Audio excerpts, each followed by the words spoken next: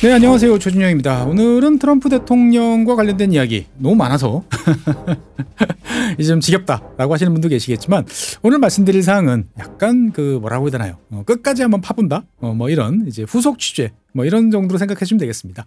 트럼프 대통령이 이제 취임 전부터 이야기했던 여러 가지, 그래서 전 세계를 충격으로 빠뜨렸던 두 가지 이야기가 있죠. 뭐 그린란드를 병합하겠다.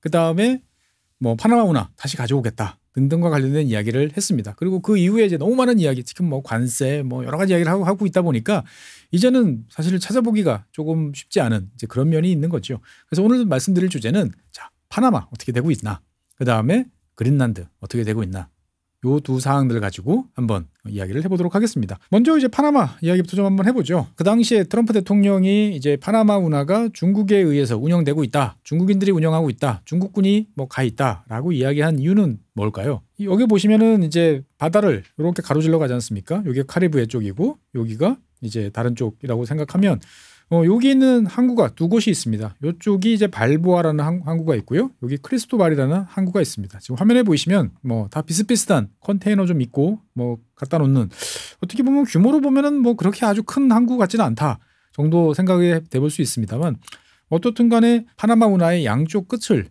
책임지고 있는 항구다 보니까 이 항구를 누가 관리하느냐. 근데 이것을 저번에 말씀드린 것처럼 이제 홍콩 기업, 어떻게 보면은 트럼프 대통령 입장에서 봤을 때는 홍콩이나 뭐 중국이나 다 그게 그거지, 그리고 그게 뭐 민간 기업이라는 게 말이 돼? 라고 생각을 하면, 그래, 파나마 운하를 중국이 통제하고 있어, 이렇게 이제 볼 수도 있는 거죠. 그래서 이제 트럼프 대통령 입장에서 봤을 때는 파나마 운하 너희들 제대로 안 하면은 미국이 다시 가져올 거야 라고 이야기를 하고, 그래서 뭐 실제로 병력을 보내서 다시 침공을 하는 거 아니냐 뭐 라는 이야기 나올 정도로 해가지고 상당히 이제 이슈가 됐던 이제 그러한 곳이 파나마 운하입니다. 잘 아시는 것처럼 이제 파나마라는 나라 자체가 운하를 파기 위해서, 파나마 운하를 파기 위해서 미국이 콜롬비아로부터 독립을 시켜주는 곳이고요.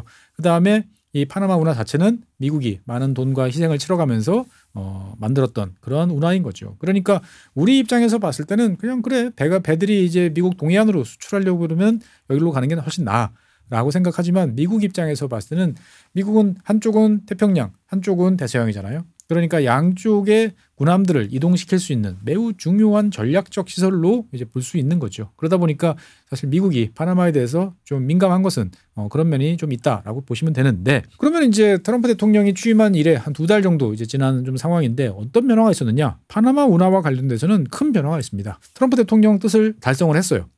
무슨 말이냐? 원래 이 파나마 운하의 두 항구, 발보아와 크리스토발이라는 두 항구는 이제 홍콩 기업인 CK 허치슨, 자회사인 CK 허치슨 포트라는 곳에서 운영을 해오고 있었죠. 그런데 이 CK 허치슨이 팔아버린 거예요. 나 이 더 이상 나 이런 머리 아픈 일에 휘말리고 싶지 않아. 그래가지고 파나마 운하 두 곳 플러스 이 CK 허치슨이 전 세계적으로 봤을 때 보면은 23개 나라의 43개인가 정도의 항구를, 지금 보시는 것처럼 많은 지역, 전 세계적인 항구 운영에 관해서 노하우가 있는 해운 전문 그런 인프라 관련 기업입니다. 그런데 자관 이거를 나 더 이상 이렇게 휘말리기 싫어라고 생각을 했는지 이것을 다 팔아치웠어요, 한꺼번에. 그래가지고 여러분들 잘 아시는 미국의 이제 블랙락이라고 하는 이 투자 회사에 얼마에 팔았냐? 228억 달러. 상당히 큰 돈이죠.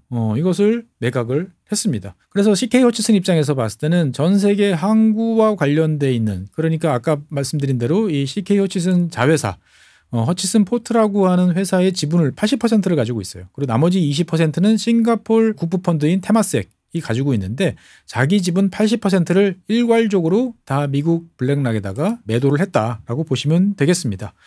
그러니까 이제 아주 장사를 잘했다라고 이제 볼 수가 있습니다. 그래서 CK 허치슨 입장에서 봤을 때는 228억 달러 중에서 190억 달러 정도는 현금으로 받고, 나머지는 뭐 이런저런 주식으로 이제 받는 것 같습니다.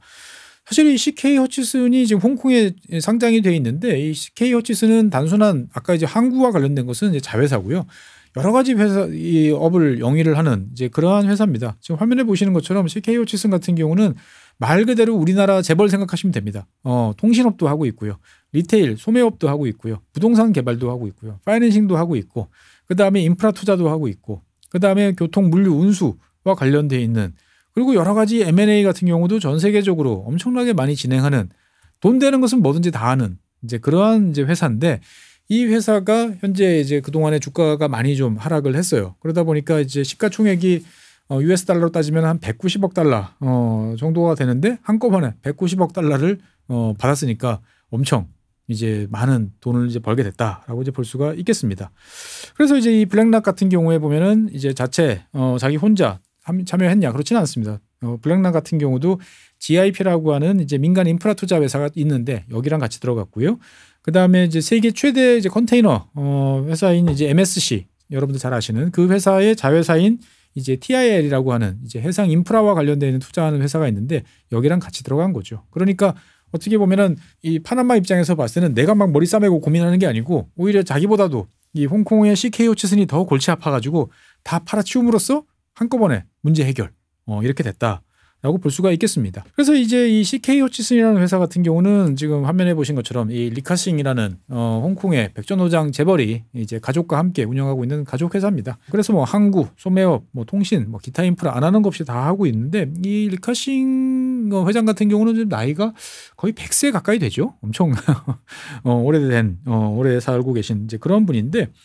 실제로 항구와 관련돼 있는 아까 이제 보여드렸던 이제 허치슨 포트라고 하는 이 자회사를 통해서 벌어들이는 수익은 그렇게 크지 않아요. 전체 수익에서 한 10% 정도밖에 안 되니까 허치슨 입장에서 봤을 때는 이참에 그냥 머리 아픈 거 딱 팔아버렸다라고 볼 수가 있습니다. 그러니까 사실 CK 허치슨 입장에서 봤을 때는 지난 1997년부터 파나마 운하로부터 항구 운영권을 받아왔고 지난 2021년에 다시 계약을 체결했어요. 그래서 향후 2025년 동안 그러니까 2046년까지 운영할 수 있는 권리를 받아왔는데 아유 머리 아프다. 나 더 이상 이렇게 눈총 받으면서 미국과 중국 갈등에서 그 사이에 껴있기 싫다라고 생각을 한 것 같습니다.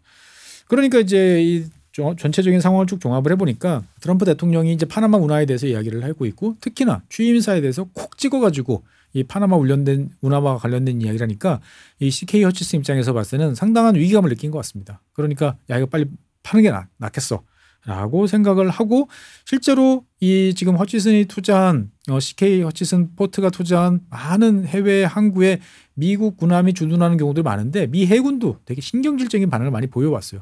어느 배가 들어가고 기름을 얼마나 보급받고 어떤 물자를 보급받았는지 등등이 다 실시간으로 중국한테 넘어가는 거 아니야? 라고 생각을 하면서 상당히 이제 경계의 눈초리를 봤는데 이제 우리 아니라니까요. 이제 우리 다 팔았어요. 미국 회사한테 팔았습니다. 이제 우리한테 그런 거 이제 하지 마세요라고 했다라고 이제 볼 수가 있겠습니다. 그러니까 마음 편하게 살겠다라는 거 플러스 적재적소에 잘 팔아가지고 적게 잘 팔아가지고 한 평소 같았으면은 이제 그 벌어들이는 수익의 한 13배 정도를 한꺼번에 확보했다. 장사를 잘했다라고 말씀드릴 수 있겠습니다. 사실 이 블랙락이 이 CK 허치슨의 항구와 관련돼 있는 항반 운영과 관련된 것을 일괄적으로 매수한 여러 상황들을 잘 지켜보면 이게 트럼프식 거래의 대표적인 사례구나라고 이제 볼 수가 있습니다. 그러니까 어떻게 보면 트럼프 대통령이 이런 이야기를 딱 하고 나니까 알아서 미국의 재계, 뭐 투자업계들이 나섰다라고 이제 볼 수가 있는 거죠. 자, 허치슨, CK 허치슨, 충분히 딜이 될 만해. 그러면 우리가 나서서 차라리 이거를 문제를 해결하면 간단하게 해결될 수 있잖아 라는 생각으로 여러 업체들이 움직였다라고 볼 수가 있겠습니다. 그리고 이제 회사 단위에서 움직였다기보다는 이런 금융 투자와 관련되어 있는 경험 많은 백전 노장들, 개인들, 트럼프와 친분이 있는 사람들이 이리저리 움직였다라는 기사들이 여기저기서 찾아볼 수 있습니다. 그래서 뭐 골드만삭스라든지 시티그룹이라든지 이런 데서 이제 은퇴했지만 어쨌든 영향력이 상당히 강한 사람들끼리 이제 모여들어서 여러 가지 자문도 하고 금액도 조정하고 하는 활동들을 했다라는 이야기가 나오고 있습니다. 그러니까 트럼프 대통령 입장에서 봤을 때는 거 봐. 내가 한마디 하니까 이거 다시 미국 거 됐잖아. 라고 이야기를 할 수 있는 거죠.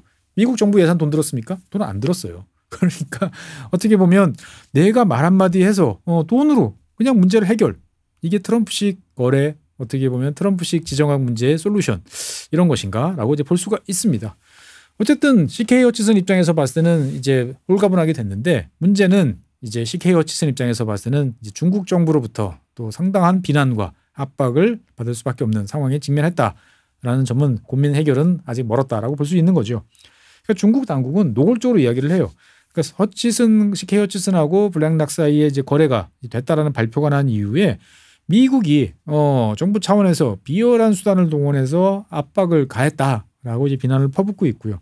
그 다음에 이제 CK 허치슨 그리고 특히나 이제 리카싱 이제 회장에 대해서는 개인의 이익을 위해서 신뢰를 팔아치웠다. 그리고 개인의 이익을 위해서 국익이 무엇인지에 대해서 생각지도 않고 국익을 무시하는 무책임한 행동을 했다라고 비판을 하고 있습니다. 이게 처음에는 이제 북경, 그러니까 베이징에 있는 언론에, 물론 당연히 이제 국영 언론이죠. 여기 났는데 나중에는 중국 관계자 발언으로도 이것이 반복이 되면서 중국 정부가 많이 화가 났구나라는 점들을 이제 알 수 있게 해줬습니다. 그러면서 맨 마지막에 이런 발언을 했어요. 어떤 입장과 CK 허츠슨에 대해서 하는 이야기예요. 당신들이 이런 일이 있을 때 어떤 편을 들어야 되는지, 누구 편을 들어야 되는지, 어떤 입장을 해야 되는지 2번, 3번 생각해보고 결정해야 되는 거 아니냐라는 식으로 일가를 하기도 했었습니다.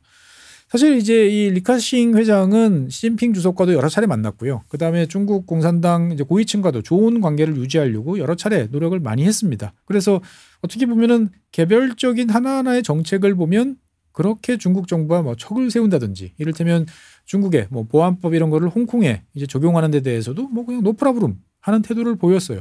그런데 중국 입장에서 봤을 때는 이 리카싱 회장의 하는 행보들이 마음에 들지 않았어요. 왜? 계속 팔거든요. 홍콩의 자산도 팔고 뭐도 팔고.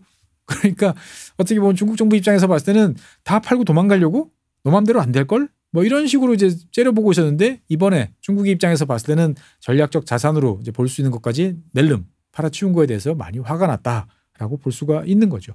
뒤집어 보면 미국 입장에서 봤을 때는 오래간만에 한 건 올렸구나라고 볼 수도 있겠습니다. 어쨌든 200억 달러가 넘는 228억 달러라는 비용이 적절한 것인지는 잘 모르겠습니다만 트럼프 대통령 입장에서 봤을 때는 미국 정부 세금 1원도 들이지 않고 중국으로부터 미국의 전략적 안보와 관련되어 있는 핵심 시설을 우리 것으로 만들었어 라고 주장할 수 있는 좋은 사례가 되지 않을까 생각이 됩니다. 두 번째는 이제 그린란드 한번 이야기를 해보죠. 그린란드 같은 경우는 이제 잘 아시는 것처럼 이제 뭐 독립을 그동안에 이제 추진을 해왔는데 트럼프 대통령이 갑자기 등장을 하면서부터 그린란드 우리 거, 우리가 병합할 거야 라고 이야기를 하고 트럼프 대통령의 아들 트럼프 주니어도 이제 가서 여러 가지 뭐 행사도 하는 등등 해가지고 초미의 관심이 쏠렸었습니다. 그래서 왜 트럼프가 그린란드에 대해서 저렇게 하는 건지, 그린란드와 미국은 어떤 관계가 있는지 기타 등등 많은 이야기들이 지난 한 2달 사이에 나왔던 것 같은데 뭐 거기에 대해서 제가 다시 말씀드릴 필요는 없을 것 같습니다. 어쨌든 그린란드와 관련된 상황도 좀 변했어요. 첫 번째 상황은 그린란드에서도 총선을 했습니다. 인구 5만 7천밖에 안 되는 동네이긴 하지만 여기도 31명의 국회의원을 뽑는, 의원을 뽑는 뭐 자치권이 있으니까 뽑아야겠죠. 선거를 얼마 전에 치렀습니다. 그래서 이제 그린란드 의회는 이나치사 르트루라고 부르는 상당히 어렵습니다. 이렇게 부르는데 자고한 쉽게 말해서 그린란드 의회에서 31명을 뽑는 투표를 했습니다. 그런데 여기서 이제 1당 데모크라티트, 뭐 우리 따지면 이제 민주당이겠죠.